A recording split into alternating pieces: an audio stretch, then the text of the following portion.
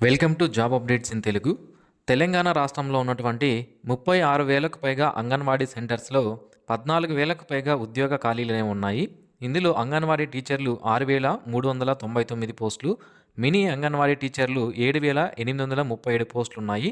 ఈ జాబ్స్‌కి సంబంధించి అప్లికేషన్ చేసుకోవడానికి అంగన్వాడీ టీచర్, అలాగే అంగన్వాడీ మినీ టీచర్‌కు 10థ్ క్లాస్ పాస్ లేదా ఇంటర్మీడియేట్ క్వాలిఫికేషన్ ఉన్నటువంటి అభ్యర్థులు ఈ జాబ్స్‌కి అప్లికేషన్ చేసుకునే అవకాశం అయితే ఉంటుంది. అండ్ రిక్వైర్డ్ డాక్యుమెంట్స్ ఏం కావాలి, మనం ఈ జాబ్‌కి అప్లికేషన్ చేసుకోవాలి అంటే క్వాలిఫికేషన్ డాక్యుమెంట్స్ అనేవి తప్పనిసరిగా ఉండాలి. క్వాలిఫికేషన్ అంటే మనం 10థ్ గానీ, ఇంటర్మీడియేట్ గానీ, లేదా డిప్లొమా గానీ, డిగ్రీ గానీ చదివి ఉంటాం కదా! దానికి సంబంధించినటువంటి సర్టిఫికేట్స్ అనేవి తప్పనిసరిగా ఒరిజినల్ ఉండాలి. అలాగే ఏజ్ ప్రూఫ్ డాక్యుమెంట్ అనేది ఉండాలి. ఏజ్ ప్రూఫ్ కోసం మన ఆధార్ కార్డ్ గానీ, పాన్ కార్డ్ గానీ, లేదా ఇతర గవర్నమెంట్ రికాగ్నైజ్డ్ కార్డ్స్ ఏవైతే ఉంటాయో, డాక్యుమెంట్స్ ఏవైతే ఉంటాయో వాటినైతే ఆ ఏజ్ ప్రూఫ్ కోసం తీసుకోవడం జరుగుతుంది. డేట్ ఆఫ్ బర్త్ సర్టిఫికేట్ కూడా ఉంటే ఓకే. లేదా 10థ్ క్లాస్ మార్క్స్ కార్డ్‌ని కూడా ఏజ్ ప్రూఫ్ కోసం అయితే మనకి తీసుకుంటారు. ఇక క్యాస్ట్ సర్టిఫికేట్ అనేది తప్పనిసరిగా ఉండాలి. ఎవరికంటే SC, ST, BC, economically weaker section కేటగిరీకి సంబంధించినటువంటి అభ్యర్థులు ఎవరైతే ఉంటారో వీళ్ళకు క్యాస్ట్ సర్టిఫికేట్ అనేది తప్పనిసరిగా ఉండాలి. అన్‌రిజర్వ్డ్ కేటగిరీకి సంబంధించిన వాళ్ళకి క్యాస్ట్ సర్టిఫికేట్ ఏమీ అవసరం లేదు. ఇక ఎవరైతే పర్సన్ విత్ డిజేబిలిటీ, ఎవరైతే అంగవైకల్యం కలిగి ఉంటారో వాళ్ళకు సదరం సర్టిఫికేట్ అనేది ఉండాలి. ఒకవేళ మీ దగ్గర లేకపోతే ఇప్పుడే మీరు సదరం సర్టిఫికేట్ అనేది చేసుకోండి. మీకు రిజర్వేషన్స్ అనేవి వర్తిస్తాయి. దాంతో పాటుగా ఆధార్ కార్డ్, రెసిడెన్స్ సర్టిఫికేట్ అనేది తప్పనిసరిగా ఉండాలి.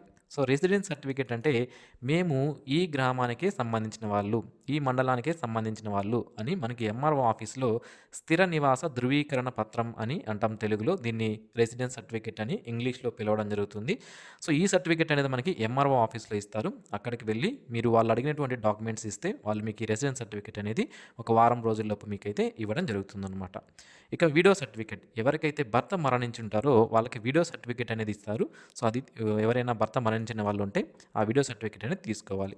అలాగే ఆర్ఫాన్ సర్టిఫికేట్. ఈ ఆర్ఫాన్ సర్టిఫికేట్ ఏంటి అంటే ఎవరైతే తల్లిదండ్రులు ఇద్దరు ఎవరికైతే ఉండరో, అనాథలై ఉంటారు కదా!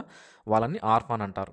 సో ఈ తల్లిదండ్రులు ఇద్దరూ లేనటువంటి వాళ్ళకి ఆర్ఫాన్ సర్టిఫికేట్ అనేది ఇవ్వడం జరుగుతుంది.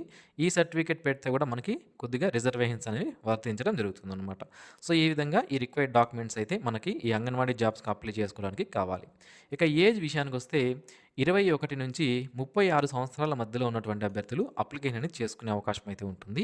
అయితే మినిమమ్ ఇక్కడ 21 సంవత్సరాలని ఇవ్వడం జరిగింది కదా!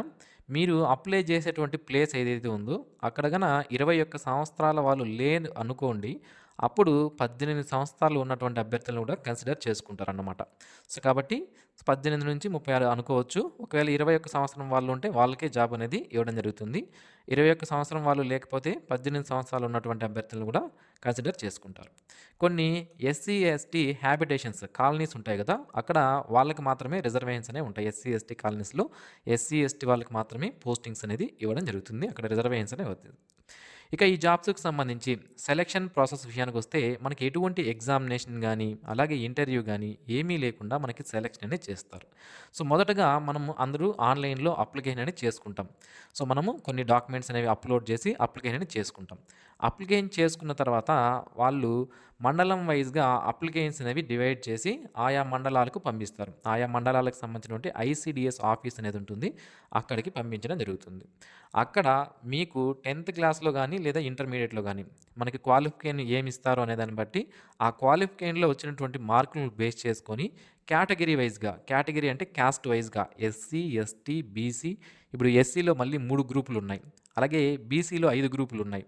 ఈ విధంగా ఆ గ్రూపుల వైస్‌గా రిజర్వేషన్స్ చూసుకొని ఎక్కడెక్కడ ఏ ప్రాంతంలో ఏ క్యాస్ట్ వారికి పోస్ట్ రిజర్వేషన్ చేయబడి ఉంది, ఏ విలేజ్‌లో ఏ క్యాస్ట్ వారికి పోస్ట్ రిజర్వేషన్ చేయబడిందని చూసుకొని అక్కడ మెరిట్ ఉన్నటువంటి అభ్యర్థులు క్వాలిఫికేషన్‌లో ఎక్కువ మార్కులు ఎవరికైతే ఉంటాయో వాళ్ళకి అక్కడ పోస్ట్ అనేది ఇవ్వడం జరుగుతుందనమాట. సో ఈ విధంగా అయితే మనకి సెలక్షన్ ప్రొసీజర్ అనేది ఉంటుంది. ఎగ్జామినేషన్ అయితే ఏమీ ఉండదు. అది మీరు గమనించాలి.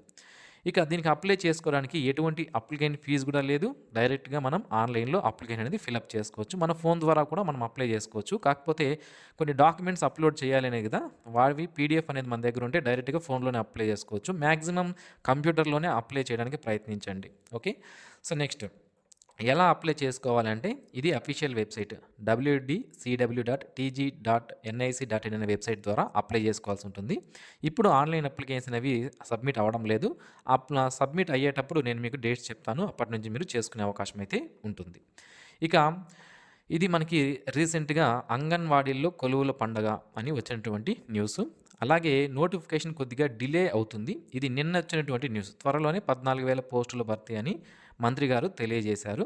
సో, దీనికి సంబంధించి డిస్ట్రిక్ట్ వైస్‌గా ఎన్ని పోస్టులు ఉన్నాయనేది ఫస్ట్ నేను మీకు క్లియర్‌గా చెప్తాను. సో దట్ మీకు కూడా ఒక క్లారిటీ వస్తుంది. సో, మనం డిస్ట్రిక్ట్ వైస్‌గా కొన్ని పోస్టులు గనుక మనం చూసుకున్నట్లయితే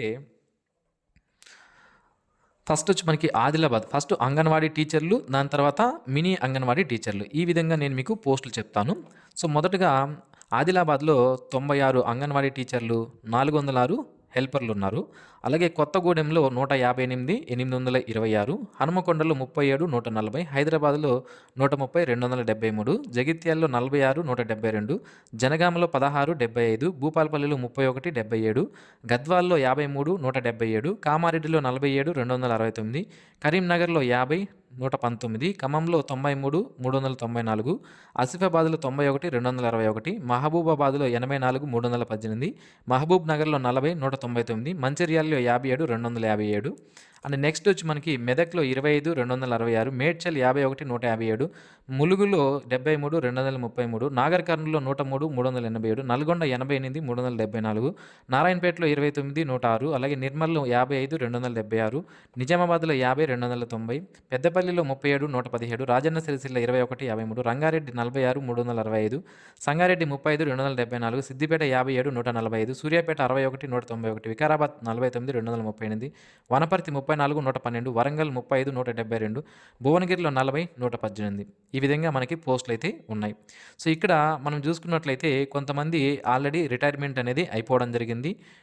అన్ని పోస్టులు ఎన్ని ఉన్నాయంటే 14,236 పోస్టులు అనేవి ఖాళీగా ఇవ్వడం జరిగిందనమాట. ఇక ఇది రీసెంట్‌గా మనకు వచ్చినటువంటి న్యూస్.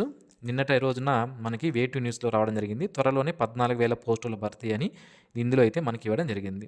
ఇక అంగన్వాడీ కొలువులకు వేచి చూడాల్సిందే అని మరొక ఆర్టికల్ కూడా ఇచ్చారు. ఇది దేనికోసము అంటే రిజర్వేషన్స్ అనేవి ఇంకా మనకి ముందడుగు వేయలేదు అని, న్యాయపరమైన చిక్కులు రాకుండా అంటే మనకి నోటిఫికేషన్ విడుదల చేస్తారు కదా! ఆ నోటిఫికేషన్ విడుదల చేసిన తర్వాత త్వరగా రిక్రూట్మెంట్ అంతా అయిపోయి క్యాండిడేట్స్‌కి పోస్టింగ్ ఇవ్వాలి అంటే ఎటువంటి కోర్టు కేసులు తర్వాత ఎవరో వేయడానికి వీలు లేకుండా నోటిఫికేషన్ అనేది విడుదల చేయాలి అని వీళ్ళు ఆలోచిస్తున్నారన్నమాట గవర్నమెంట్.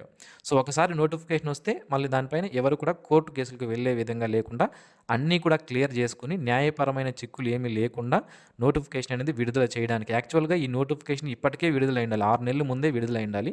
బట్ ఇప్పటికే డిలే అయింది. ఈ మంత్ ఎండింగ్ లోపు మనకి ఈ నోటిఫికేషన్ నా ఎక్స్‌పెక్టేషన్ మాత్రమే ఇది. ఎగ్జాక్ట్ డేట్స్ అయితే తెలియదు ఇంకా. ఈ మంత్‌లో ఎండింగ్ లోపు మనకి నోటిఫికేషన్ అయితే విడుదలయ్యే అవకాశం అయితే ఉంటుంది. లేదా డిసెంబర్‌లో అయినా తప్పనిసరిగా ఈ నోటిఫికేషన్ అయితే విడుదలవుతుంది. నోటిఫికేషన్ అయితే తప్పనిసరిగా విడుదలవుతుందండి. దాంట్లో ఎటువంటి డౌటు లేదు.